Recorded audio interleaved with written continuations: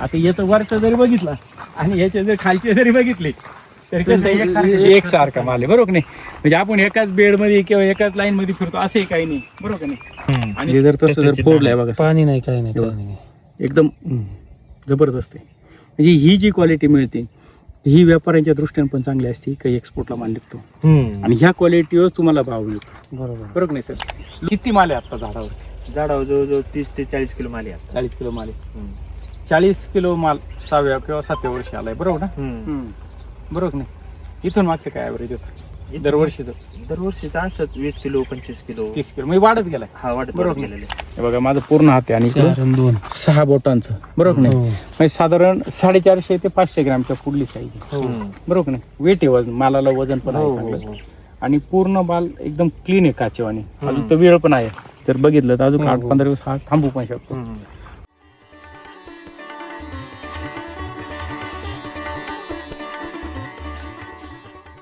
तुमचं नाव आणि पत्ता सांगा सर. जितापे विक्रम बाळासाहेब, मुक्काम पोस्ट एरंडोली, तालुका श्रीगोंदा, जिल्हा अहमदनगर. बरोबर, अहिल्यानगर. अहिल्यानगर. आज आपण म्हणजे श्रीगोंद्या पट्ट्यातल्या बागेत आहे, बरोबर? जस्ट पाऊस पण चांगला झाला. तुमचं तिकडल्या बागाचं पण आपण बघितलंय आणि ह्या भागातला बघितले. ही बाग किती वर्षाची आहे? ही 7व्या 12ला आहे. 7व्या 12ला. म्हणजे बागाचं वय किती पूर्ण? बागेचे वय झाले जवळजवळ 7 वर्ष आहे. 7वं वर्ष आहे आणि 6व्या 12ला आहे. हो बरोबर. एसबीटी हे शेतकरी ह्या बागेला पहिला बारदार जी रेस्टचं काम केलं ना तेव्हापासून आज तक आहेत. पहिल्या बार म्हणजे लागवडीपासून आपण बेस्ट काम केलेलं म्हणजे आहे. बेसल काम. रेस्ट. किती माल आहे आता झाडावर?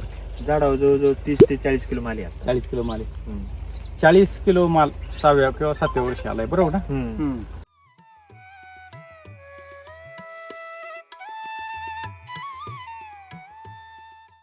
बरोबर नाही? इथून मागचं काय ॲव्हरेज होतं दरवर्षीचं असंच 20 किलो 25 किलो 30 किलो म्हणजे वाढत गेलाय. हा वाढत बरोबर. गेलेले.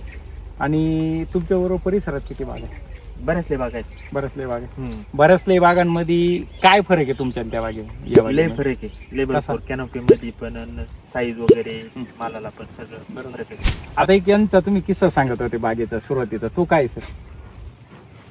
ऑगस्टला ही बाग पकडलेली होती. बरं. त्यावेळेस आहे ना म्हणजे अचानक बाग धरायची ठरल्यामुळे बेसोडच केलेला नव्हता. बरं. हा.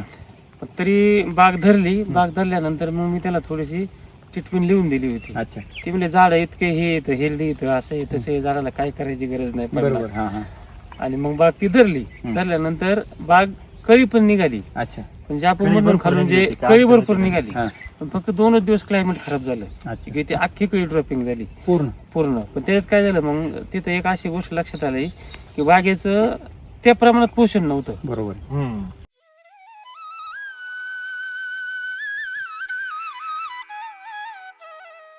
म्हणून हे झालं. मग परत आम्ही ती बाग लगेच रेस्टवर टाकली अच्छा. आणि बेसल डोस केला. मग परत डबल केला. परत अच्छा. आणि मग बाग धरली. त्यावेळेस बाग काहीतरी 50 का 60 वन स्टॉक सेटिंग झाली. मग One time परत. One time झाली. म्हणजे तुम्ही कमी पडले तर तुम्ही काय झाली?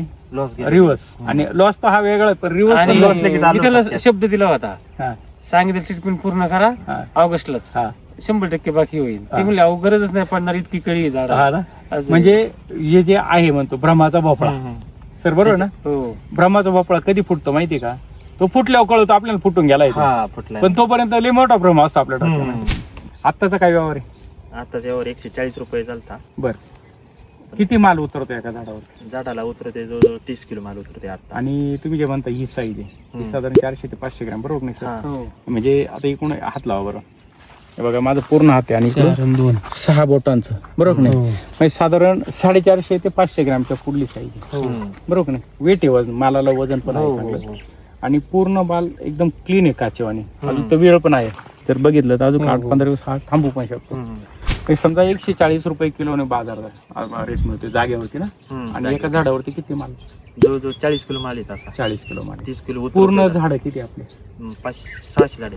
600 झाडे म्हणजे 600 झाडं 40 किलो मालाने जर 100 रुपये जर बसलं 4000 रुपये आणि वरचे काहीतरी 40 रुपये 4 16 म्हणजे 5000 5,500 रुपये एका झाडाला उत्पन्न आहे. 5000 पकडा सर, सरासरी 5000 रुपये झाडाचं उत्पन्न आहे आजच्या हिशोबाने, बरोबर नाही? 5000 रुपये झाडाचं उत्पन्न घेण्यासाठी तुम्ही याच्यावरती खर्च किती केला?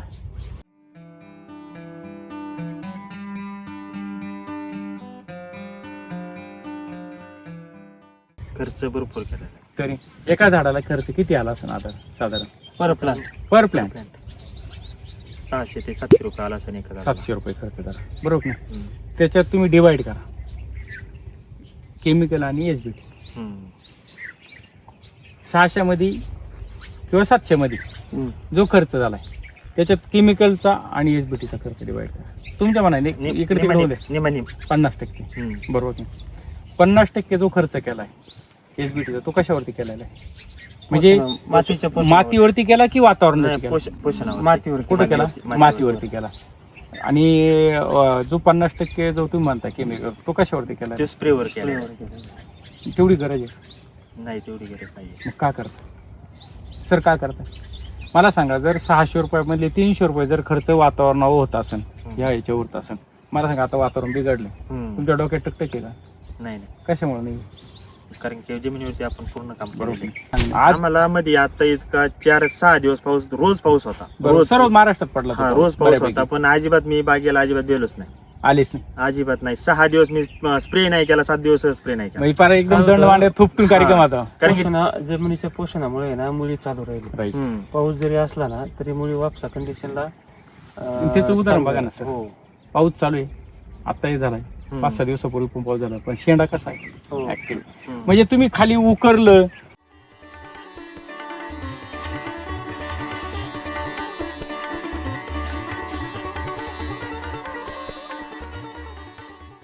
त्याचे फोटो काढले, थ्रिपचे फोटो घेतले, यानेच तुम्हाला सर्व चित्र दिसतं असं नाही. हम्म. म्हणजे दुर्बीण लावून सूर्य पाहिजे गरज आहे का? हा. बरोबर. त्यापासून आतापर्यंत किती बेसोड डोस गेले आणि दोन बेसल डोस झालेले आहेत. आता ह्या 2 बेसोड डोसची ताकद बघायची तुम्ही, बरोबर की नाही? आज हा वरचा माल आहे अगदी शेंड्याचा, बरोबर ना? हम्म. आणि ह्या मालामध्ये सुद्धा काहीच फरक एकदम नाही. हे शेंड्याचा. बघा आता हात एकदम शेंड्याचा आहे. झाडाची कॅनोपी बघा कशी वरती. हा, साधारण 500 ग्रॅम प्लस वर माल आहे, हो बरोबर का नाही सर? 500 ग्रॅम आहे. बरोबर की नाही? आणि एनपीकेचं आपण मगाशी जे उदाहरण दिलंय हो. तो जर हे केला असतं तर अजून काय अजून झालं फरक असतं? पडेल. याच्यामध्ये फरक पडणार, कारण याला अजून 2 टप्पे 3 टप्पे होणार तुमच्या मालाचे सर, बरोबर की नाही? हा. म्हणजे याचं वरचं जरी बघितला आणि याचे जर खालचे जरी बघितले तरी कसं आहे, एकसारखा माल आहे, बरोबर की नाही? म्हणजे आपण एकाच बेडमध्ये किंवा एकाच लाईन मध्ये फिरतो असंही काही नाही, बरोबर की नाही? आणि सर्वात महत्वाचं, झाडाला एवढी सुंदर कॅनोपी का जो महाराष्ट्रामध्ये ह्या वर्षी उन्हाळ्याचा जी तीव्रता होती, उन्हाळ्याची तीव्रता, त्यामुळे जो सनशाईन झालाय तो अगदी बोटामध्ये 2-3%, बरोबर की नाही? लय नॉर्मल आहे. अगदी नॉर्मल, तेवढा तर तुम्ही कसंही केलं तर होऊ शकतो, बरोबर की नाही? पण पेपर काय टाकल्यावर बी ह्या वर्षी सनबर्निंग सनबर्न झालंय, इतकं मोठं टेम्परेचर temperature हे होतं. जास्त होतं. 40 अंश सेल्सिअस. बरोबर की नाही? आपण 7 वर्ष झाले अनुभव घेतोय बरोबर. याचा.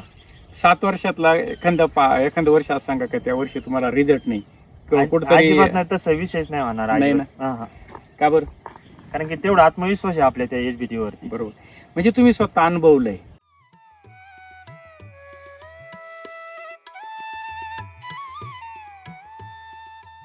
आणि त्याचं चित्र पण आपण वापरलेलं बघतोय, पण आहे ते सगळं. बरोबर की नाही? दरवर्षी अनुभवामध्ये वाढ झाली की काही कुठं काही असं व्हेरिएशन आलं? नाही, या वर्षी वाढ झाली कारण की यंदा बेसळ जवळजवळ 5 किलो बेसळ भरला होता बागेत. बेस्ट. बाकी शेणखत वगैरे वापरले? शेणखत नॉर्मल वापरलं होतं. नॉर्मल.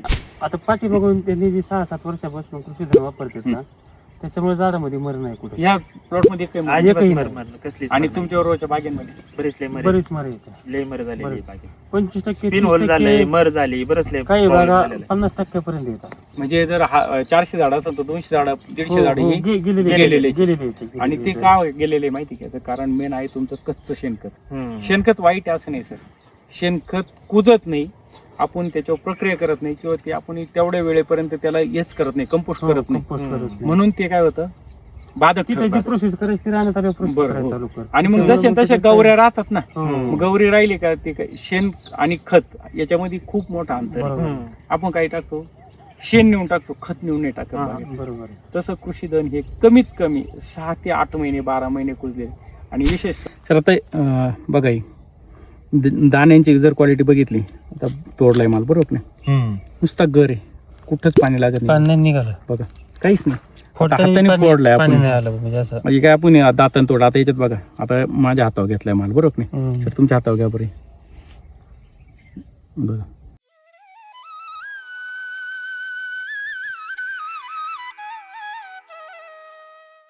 एकदम clean आहे. एकदम क्लीन आणि टच आहे. हम्म. म्हणजे जर तसं जर त्याची फोडलंय बघा, पाणी नाही काही नाही एवढं. काही नाही. एकदम जबरदस्त आहे.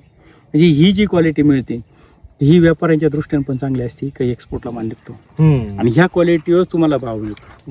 बरोबर नाही सर? लूज जर असेल, पाणी जर सोडणारा माल असेल तर व्यापारी घेतील का? नाही, पुढं मालाची टिकून क्षमता कमी राहते. बरोबर. म्हणजे जर ट्रान्सपोर्ट मध्ये फरकच पडतो. 10-15 दिवस 20 दिवस जर माल जाणार असेल तर मालाची कशी क्वालिटी मिळत पाहिजे अशी. बरोबर नाही?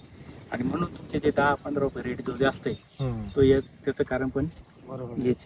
तर परिसरामध्ये किती डाळिंब बाग असतील आपली? 100 बाग आहेत जवळजवळ. 100 बाग आहे. 100 बागामध्ये तुम्ही समजा ते 99 सोडून द्या, तुम्ही सिंगल वन माणूस आहे. काय फरक वाटतो त्या बागेमध्ये? लय भरपूर फरक वाटतंय. लय. तुमच्या मनाचा नको.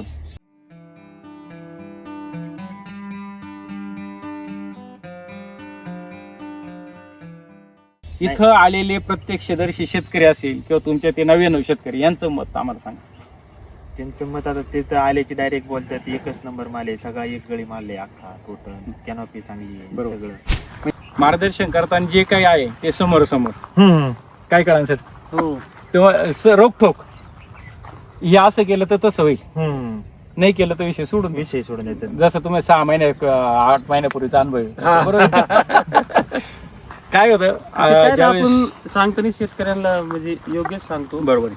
कारण आपणही स्वतः शेतकरी ना, आपल्याला शेतकऱ्याच्या झाडा माहिती, आपल्याला शेतकऱ्याचे त्रास माहिती, शेतकऱ्यांचा चटका माहिती आपल्याला. मला सांगा, आज लाख रुपये खर्च करतोय आपण, बरोबर की नाही? लाख रुपये खर्च करायचा असं तर निदान 10-5 शेतकऱ्यांना भेटून बोलून काही फोन करून विचारणं गरजेचं आहे का नाही? विचारलंच पाहिजे. का नुसतं आला म्हणून करायचं आहे नाही किंवा याच्यापासून मिळतंय म्हणून करायचं आहे, बरोबर की नाही? म्हणून युट्यूब चॅनल आहे आपले सॉईल बुस्टर टेक्नॉलॉजी, इंस्टाग्राम, त्याच्या प्रत्येक शेतकऱ्याचे नंबर आहे सर. आज त्या शेतकऱ्यामध्ये तुम्ही पण सामील होणार आहे, तर तुमचं एक नाव नंबर सांगा. इथं विक्रम बाळासाहेब, मुक्काम पोस्ट एरंडोली, तालुका श्रीगोंदा, जिल्हा अहिल्यानगर. बरोबर. आणि तुमचे मार्गदर्शक कोण?